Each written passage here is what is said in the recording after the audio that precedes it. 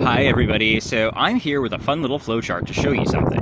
It's kind of concerning or really awesome depending on your perspective. So, we're going to talk today about a little something called sovereignty. Who has it? Who doesn't? Action. And why? So, this is circa 1750 AD. We have the British colonies in the United States of America, or what would become the United States of America. You have the power flow of government. The government gets its right to rule from God. God bestows that to the crown. The crown, through its authority, lends its power and its legitimacy to government. This is Westminster here, right? Government governs all the people. That's just not in Great Britain alone. That's also in the British colonies. Now, war happens. We all know the reasons. So, after the war, what happens is this. We're going to draw a little dotted line here, and it's a dotted line for a reason. You'll see why in a second, as the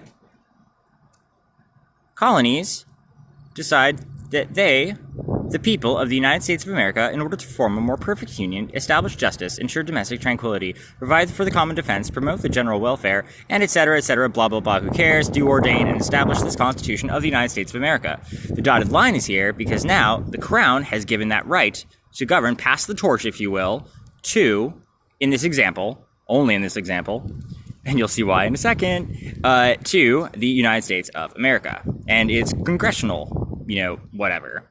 So now the people get to elect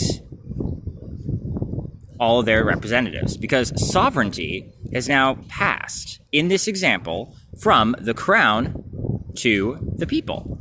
Now the power flow doesn't go like this. It goes like this. You see? It's circular now down here.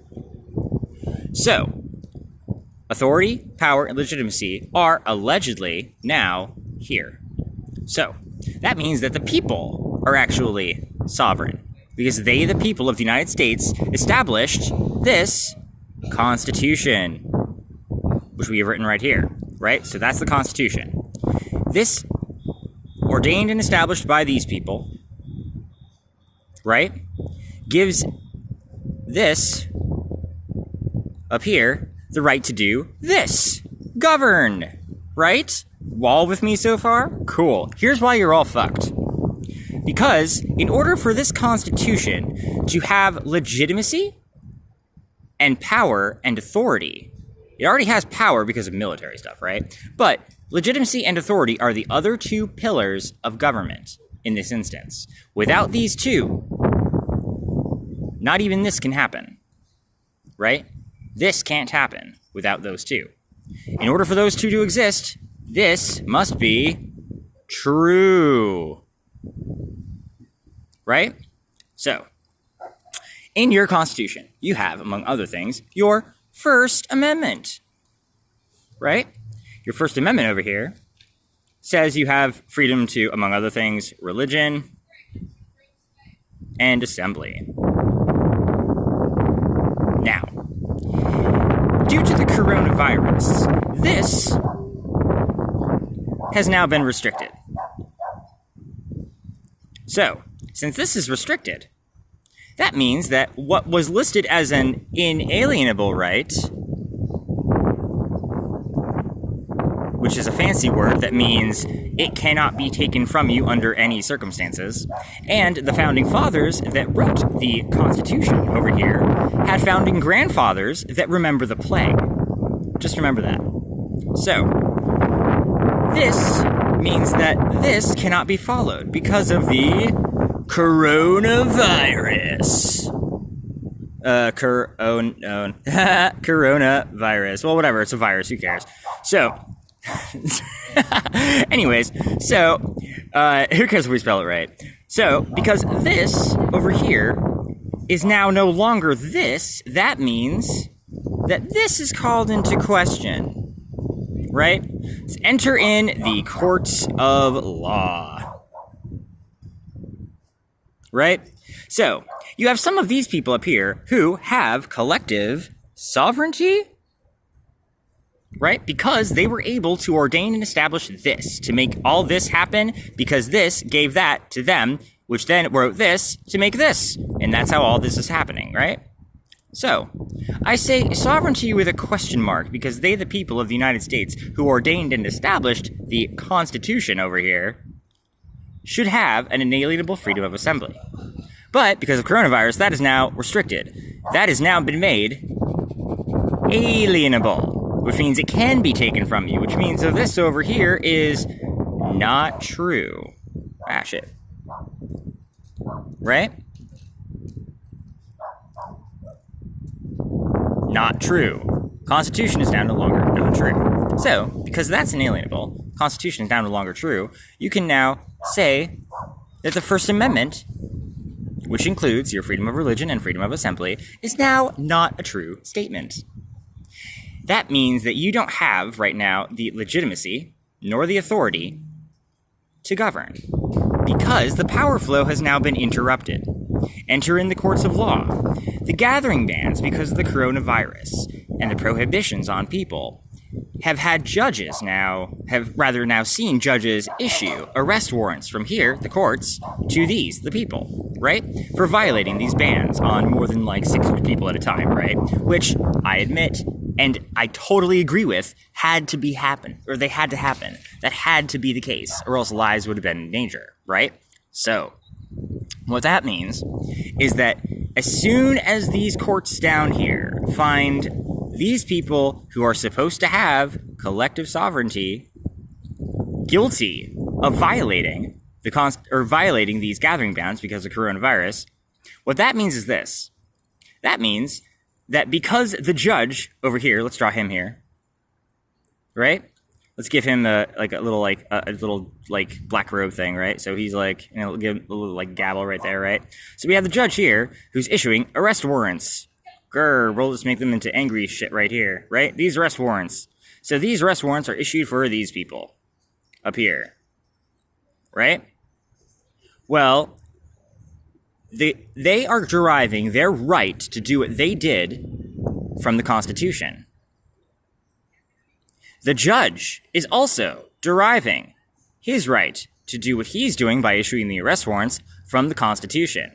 In other words, they are getting their right and their authority, they both say, for their actions from the same place. That which is the law, or legis, what would it be? Because I actually speak Latin. Legis concordia, or legis concordia, that which is in concord with the law, right? And that which is against the law, legis disconcordia, or what we would also call a crime, are supposed to be separate things, right?